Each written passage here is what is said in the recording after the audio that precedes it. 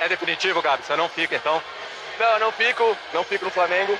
Durante esses últimos anos, houve negociações, onde o presidente, a diretoria, na verdade, apertou minha mão, apertou a mão do meu pai, da minha família, e depois não houve, e depois acabou acontecendo coisas que realmente não gostei. Eu sempre soube as coisas pelo podcast, nunca soube pessoalmente. Durante esses anos, eu falei muito com o Marcos Braz, a gente conversou, falei para ele a possibilidade de conversar sobre 2-3 anos, e nunca houve uma proposta do Flamengo. Então, depois de hoje, com esse título, eu não vou ficar no Flamengo, saio muito feliz. Boa noite, pessoal. Como sei que estão todos esperando, né, que eu fale sobre esse assunto, e primeiro dizer que me entristece profundamente ter que falar de um assunto desses depois de ser campeão da Copa do Brasil. Mas sou extremamente grato a essa diretoria por ter confiado em mim em 2019, por ter acreditado em mim, por ter me colocado aqui. Sou extremamente grato ao Gabriel e por tudo que ele fez pelo clube e por mim. E o que eu posso dizer para vocês é que sobre o afastamento do Gabriel foi que, devido a um episódio ocorrido na final, eu fui comunicado pelo vice-presidente Marcos Braz de que ele não seria relacionado para esse jogo e para os próximos jogos até segunda ordem. E esse é um assunto total do Marcos Braz e ele vai explicar para vocês no momento que ele achar oportuno. Mas é um assunto do Marcos Braz e é isso. Esse é o meu pronunciamento sobre esse assunto, que, como eu falei, me entristece profundamente porque gostaria muito de que não sujasse o título maravilhoso e incrível que esse grupo conquistou por um motivo extracampo. Então, espero que esse assunto se resolva o antes possível, porque todos os torcedores merecem que o Flamengo sempre esteja bem. Ok? Obrigado. Abrindo para as perguntas. Boa noite, Felipe. Felipe, queria te perguntar da partida de hoje. Imagino, pelo teu espírito da tua época de jogador e agora de treinador, imagino que você tenha saído muito frustrado com esse resultado, porque o Flamengo criou demais, teve muito próximo da vitória. Mais uma vez, o Everson teve uma grande atuação e, com todo respeito à recomendação, queria saber se você poderia falar mais sobre o assunto. Se não puder, eu entendo, mas eu tinha que tentar no meu papel. Tá? Obrigado. Sobre o jogo, foi um jogaço do meu time, foi um jogaço, onde eu saí extremamente satisfeito. Por quê? Porque eu, no meu modelo de jogo, eu criei um modelo de jogo onde o torcedor se sinta representado, que é pressionar alto, que é atacar em todo momento, que é um time vertical, que tenha chances de gol, que jogue tentando sempre buscar o gol. E eu vi o meu modelo de jogo sendo representado no campo hoje pelos jogadores que treinaram pouquíssimo juntos, esse time nunca tinha jogado junto, e entenderam perfeitamente tudo que eu queria, fizeram um jogão, assim, um jogo extraordinário, fizemos muitas chances de gol para fazer o gol, infelizmente a bola não entrou, e o futebol é assim, ok? Felipe, boa noite. João Pedro Fragoso, Jornal Globo. Eu não tive em Minas no domingo, então parabéns pela conquista de mais um título aí na sua carreira. Felipe, eu queria te fazer uma pergunta sobre você. Ao longo desse tempo que, enfim, desde outubro, quando você está no futebol profissional do Flamengo, e no Sub-17, no Sub-20, quando você estava na base também, você falou muito de como você se preparou para estar onde você está, no que diz respeito ao aspecto tático, ao campo e bola. Mas eu queria te perguntar sobre como você se preparou para viver esses momentos do futebol também, esses momentos de polêmicas extracampo, esses momentos de algumas questões que você tem que resolver com as diretorias, que são essas questões internas. Como é que você se preparou para viver esse tipo de momento assim? Primeiro porque eu tive muitas experiências e convivências com polêmicas como jogador, com companheiros, até mesmo eu, em alguns determinados momentos, e essa experiência me leva a ter um rumo, um norte, mas a liderança que eu tenho é uma liderança natural, né? Sou como eu sou, eu não sou um ator, eu sou como eu sou, e isso não se prepara, isso se é, só isso. Felipe, boa noite, Raíza Simplício da Gol Brasil. Eu queria que você explicasse pra gente ali a situação do pênalti, né? O Davi Luiz foi bater o pênalti, não sei se ele pediu a bola pro Alcaraz, o Alcaraz é que vinha batendo os últimos 2 pênaltis, pelo menos ele bateu e converteu. Como é que foi essa situação ali? Você participou, não participou? Queria entender ali o que aconteceu. Participo de todas as escolhas do meu time, tudo que faz no campo, até os arremessos de laterais, as jogadas de escanteio, as jogadas de falta, as cobranças de pênaltis. E o Davi Luiz e o Alcaraz eram os 2 batedores da minha lista de hoje. O Davi Luiz treina todos os dias pênalti. O Charlie também treina praticamente todos os dias pênalti. O Davi tem uma média de acerto incrível. E acredito porque aconteceu, o Davi vai poder explicar melhor, né? Mas eu acredito que o Everson conhecia ele, alguma coisa assim. Ele acabou perdendo o pênalti, mas isso é absolutamente normal, porque o Charlie também poderia ter errado o pênalti e qualquer outro jogador está sujeito a errar um pênalti, né? Isso é treino, é prática e eu tenho plena confiança nos batedores que eu escolho. E se eu coloquei o Davi Luiz como um dos 2 batedores, porque depois dentro do jogo um se sente mais com mais confiança, outro com menos confiança, então eu sempre coloco 2 batedores. E se eu coloquei o Davi Luiz como batedor de pênalti é porque eu vejo ele treinar e sei da capacidade de bater pênalti que ele tem, porque é um jogador que já bateu pênalti em final de Champions League. Felipe, aqui, boa noite, Cícero Mel, da ESPN, dos canais Disney.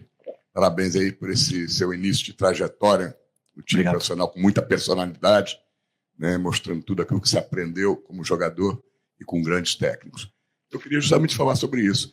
Você tem 10 jogos à frente do Flamengo, 6 vitórias, 3 empates e apenas aquela derrota no Fla-Flu. O Campeonato Brasileiro faltam 5 rodadas. A trajetória, o que vem para o Flamengo já está tudo definido. Conquistou o título que queria da Copa do Brasil, conquistou uma vaga, em consequência, para a Libertadores da América. Já teria vaga, de qualquer maneira, com a classificação que ele tem no momento em 4º lugar. Você vai aproveitar esses 5 jogos que faltam para desenvolver o quê dentro desse time do Flamengo e dentro da sua carreira? Eu imagino que você vai aproveitar para desenvolver coisas que você pensa em relação ao que você acha melhor num time com o seu comando, né? Então, queria que você falasse se o Flamengo já tem a sua cara e o que falta você implantar para que esse time possa crescer ainda mais nas suas mãos. Boa noite. Boa noite, boa pergunta. Primeiro, faltam 5 jogos, né? Como você falou. 33 a rodada hoje. Isso, 5 jogos. Eu penso, e juro pra você que eu penso que se eu não ganhar na próxima rodada, eu não vou estar aqui. Então, esse é o meu pensamento. Então, o que eu vou implementar? Meu modelo de jogo, que é muito similar ao que a torcida, o DNA que a torcida exige. Quero ver ele no campo, repetido no campo como foi hoje, no jogo de hoje, porém eu quero ganhar. Eu quero ganhar porque a única coisa que vai manter no cargo aqui é ganhar. E eu vou fazer de tudo para continuar aqui, ganhando, e vou exigir o máximo dos jogadores. Hoje eu vi um esforço extraordinário, eu vi um esforço incrível dos meus jogadores que acabavam de ser campeões e entramos com a responsabilidade de jogar como campeão da Copa do Brasil. Fizemos 25 chances de gol com um time, como eu falei, 25 chutes a gol, né? Com um time que nunca tinha jogado junto, com uma formação que eu não tinha treinado nunca. Então isso diz muito do nível dos jogadores que estão aqui e do comprometimento que eles têm com o clube e com a equipe. E isso me deixa muito feliz. O que eu vou fazer nesses 5 jogos, eu vou fazer de tudo para ganhar o próximo jogo. E se Deus quiser, eu vou estar daqui a 2 jogos também. Ok? Boa noite, Felipe. Bruna Medeiros, do Diz Fla. Hoje você escolheu iniciar com essa formação que você acabou de citar, que você não tinha treinado, 3 zagueiros e, pelo menos na minha avaliação, o time foi muito seguro defensivamente e também conseguiu criação de oportunidades, apesar de não ter feito gol. Esse esquema você está testando, já pensando na temporada que vem, você já vê, até você elogiou, né, no último jogo, falando que o Milito provou que o 3 zagueiros não é defensivo e tal, então você enxerga isso como um possível esquema para a temporada de 2025, como essa tentativa da temporada que vem, e também se você puder fazer uma análise sobre como se funcionou do jeito que você imaginou também. Obrigado. Eu acredito que todo time que luta para ser campeão, um time completo, um time muito qualificado, ele tem que dominar 2 sistemas, pelo menos. Esse é o meu pensamento, tá? Sobre futebol.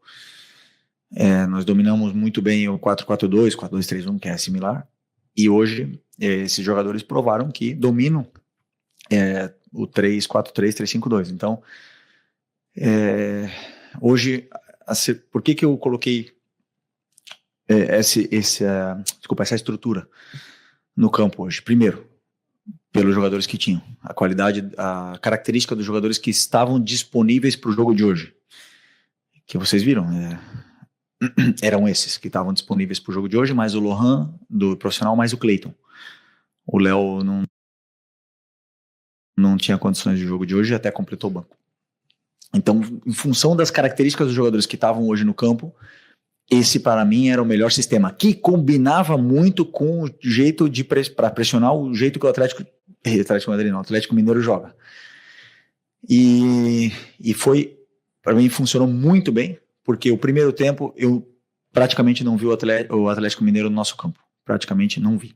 Vi só a gente, enquanto durou as forças, duraram as pernas, porque o jogo é feito de fases e a gente fez essa fase durar muito mais do que é o normal. Foram 60, 65 minutos dentro do campo do Atlético Mineiro e claro, depois, claro que essa fase muda um pouco, o Atlético melhorou no jogo, teve as suas chances, mas, como eu falei, fiquei muito feliz porque são jogadores que muitos deles não vinham jogando muito, vinham sem ritmo e fizeram um jogo muito bom. Felipe, boa noite. Vinícius, Sacramento MS Web Rádio. Queria te dar os parabéns pela sua temporada. Ganhou o título no Sub-17, Sub-20 e também no profissional. Eu queria saber de você como é que você vai fazer agora com esses 5 jogos para rodar o elenco, né? Porque você teve vários desfalques. Você acabou de dizer que teve um 14º com o Léo Pereira, que completou o banco, mas não tinha condições. Como rodar o elenco quando até fatores externos acabam atrapalhando a tua escalação? Pendurados, suspensos, lesionados, jogador afastado. O que fazer para essas rodadas finais com tantos desfalques? Rodar o elenco, como você fala, em revezar os jogadores? Não, eu escolho os melhores para jogar todo jogo, segundo as características dos jogadores e o que eu penso que é melhor para a equipe. Eu somente penso na equipe, no que é melhor para a equipe. E às vezes, como já falei outras vezes, é melhor uma característica de um zagueiro que outro, de um lateral ou outro, e eu penso no que é melhor para a equipe, é a única coisa que eu penso. Sobre os desfalques, não importa o número de desfalques que temos, o time que entrou hoje no campo é um time, só posso elogiar, um time grande, gigantesco, jogadores espetaculares que entraram no campo. Não tenho desculpa nenhuma para dizer, para dar depois do jogo de hoje com os jogadores que entraram no campo. Um time excelente, um 11 titular ali, depois, claro, o banco recheado de garotos da base, aonde eu não vi, porque eu conheço também esses meninos, que era um jogo fácil para entrar, poderia queimar algum dos meninos, então segurei o máximo possível a substituição e não coloquei eles no jogo, mas com o elenco que eu tenho não posso dar desculpa, estou muito bem servido. Aqui é Felipe, boa noite, Marcos Martinho do canal da KSRN. E Felipe, você participou no ano de 2022, né, de uma temporada que terminou com 2 conquistas históricas para o Flamengo. Porém, após essas 2 conquistas, o Flamengo acabou acumulando uma sequência negativa de resultados que acabaram ocasionando uma certa preocupação com a torcida.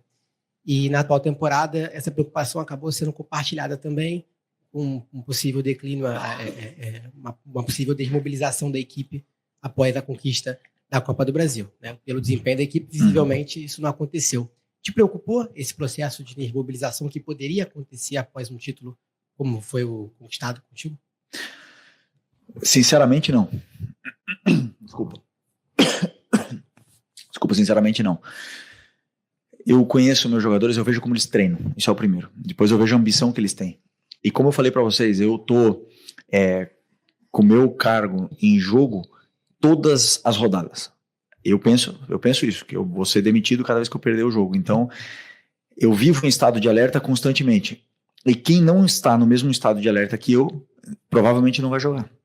E eu vejo jogadores querendo, jogadores com ambição, jogadores no mesmo estado de alerta que eu. Então, isso me deixou muito tranquilo no treino de ontem, por exemplo, quando eu vi eles treinando. Eu falei, eu estou muito bem servido, eu não tenho dúvida sobre o meu time, não tenho dúvida sobre a minha escalação, não tenho dúvida nenhuma, porque eu vi os jogadores treinando e querendo ganhar o jogo. além de carregar uma responsabilidade de jogar como campeão da Copa do Brasil, e todos os outros times vêm para vencer o campeão. E isso aí que nos motiva também cada vez mais. Como eu falei, a minha fome e ambição não param. Boa noite, Felipe. Boa noite. Bruno Castanha. Você falou do Flamengo um domínio, né, amplo, 65 minutos. Você espelhou, né, a tua formação hoje com o time do Atlético, mas você esperava, vindo dos outros 2 jogos da Copa do Brasil, essa falta, né, de espaço, ou hoje não está no mano a mano, tem cobertura, já que você botou Michael e Bruno Henrique por dentro para tentar atacar aquele espaço que na Copa do Brasil tinha muito e hoje faltou? Obrigado.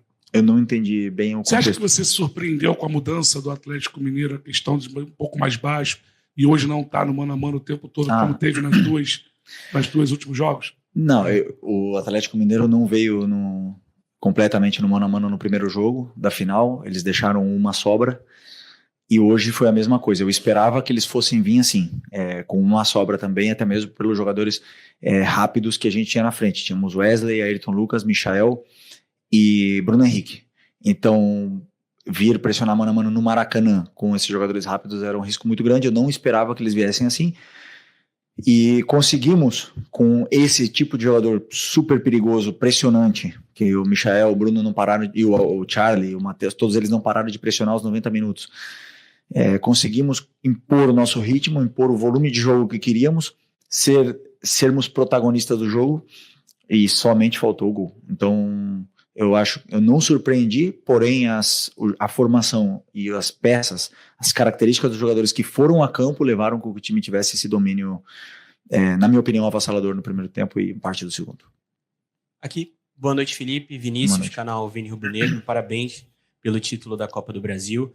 Falando um pouco do seu esquema hoje, acho que algo que muitos imaginaram, por ser um esquema com três zagueiros, era que o Ayrton Lucas, por exemplo, poderia se destacar um pouco mais, né? Ele que em 2023 viveu ótimos momentos com esse tipo de formação, né?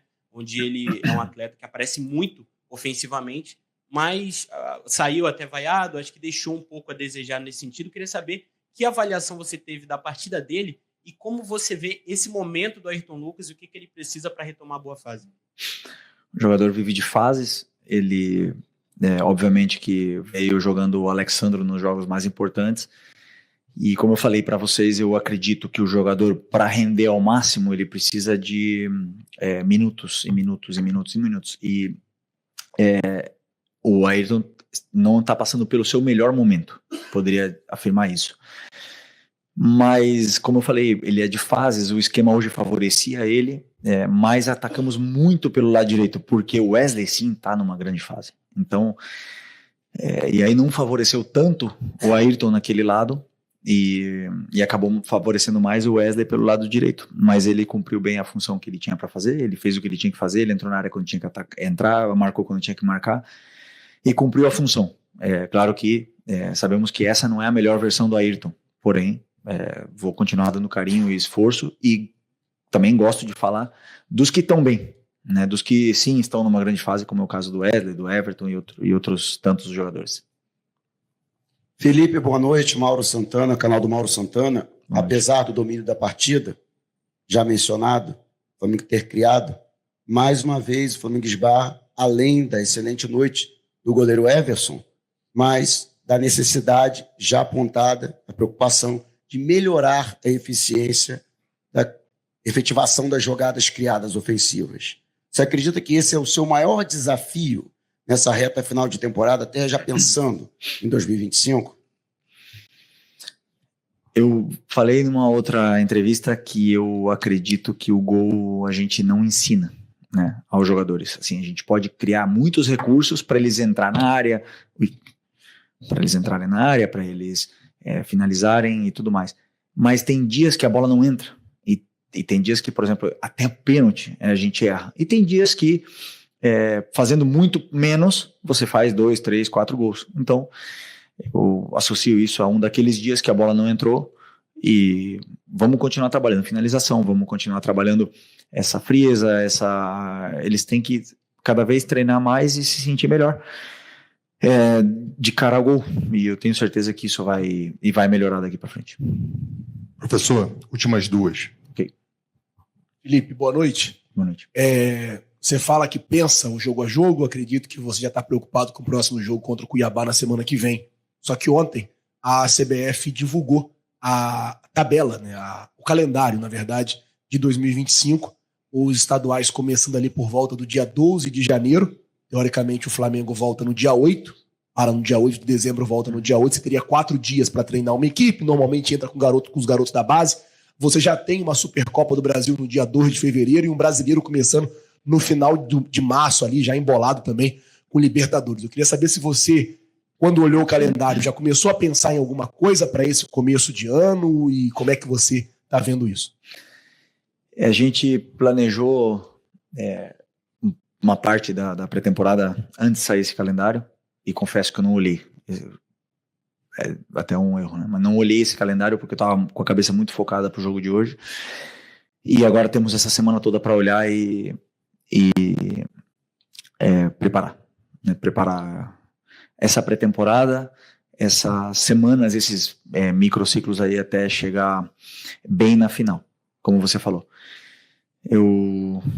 Temos aí um mês de férias obrigatórios por lei, e a partir daí voltaremos, treinaremos muito em todos os aspectos e não tenho nenhuma dúvida de que chegaremos muito bem preparados para essa final e do nível que a gente quer que os jogadores estejam. Última aqui. Boa noite, Felipe. Léo José, do Coluna do Fla. O Arrascaeta ele vai passar por um procedimento cirúrgico, né, no joelho. E eu queria saber como que tá a questão física, tanto do De La Cruz quanto do Arrascaeta. Ainda tem esperança de contar com o Arrascaeta nesse ano? Não, o Arrascaeta não volta esse ano. Que dia é hoje? Deve ser... pré-temporada ele vai estar. Na volta das férias, com certeza, ele vai estar disponível. O doutor vai poder falar melhor do que eu, mas numa cirurgia simples, né? Mas que sempre que é uma cirurgia, você tem que ter muito cuidado. O De La Cruz, eu acredito que sim, que volte esse ano. A minha esperança é que ele esteja contra o Cuiabá. Eu tinha esperança de que ele chegasse para a final, mas a lesão dele foi mais séria do que parecia. Ele está indo num processo perfeito de cicatrização, o departamento médico trabalha muito bem. E o Luiz Araújo é outro que também provavelmente vai estar disponível para o Cuiabá. E aí, conforme esses craques voltem, o treinador fica com uma dor de cabeça feliz, né? Eu gosto de ter os melhores e poder escolher entre todos esses aí, escolher e ter os melhores à minha disposição, sempre. Falou mais alguém? Não é isso? Então tá. Muito obrigado. Obrigado, boa noite, pessoal.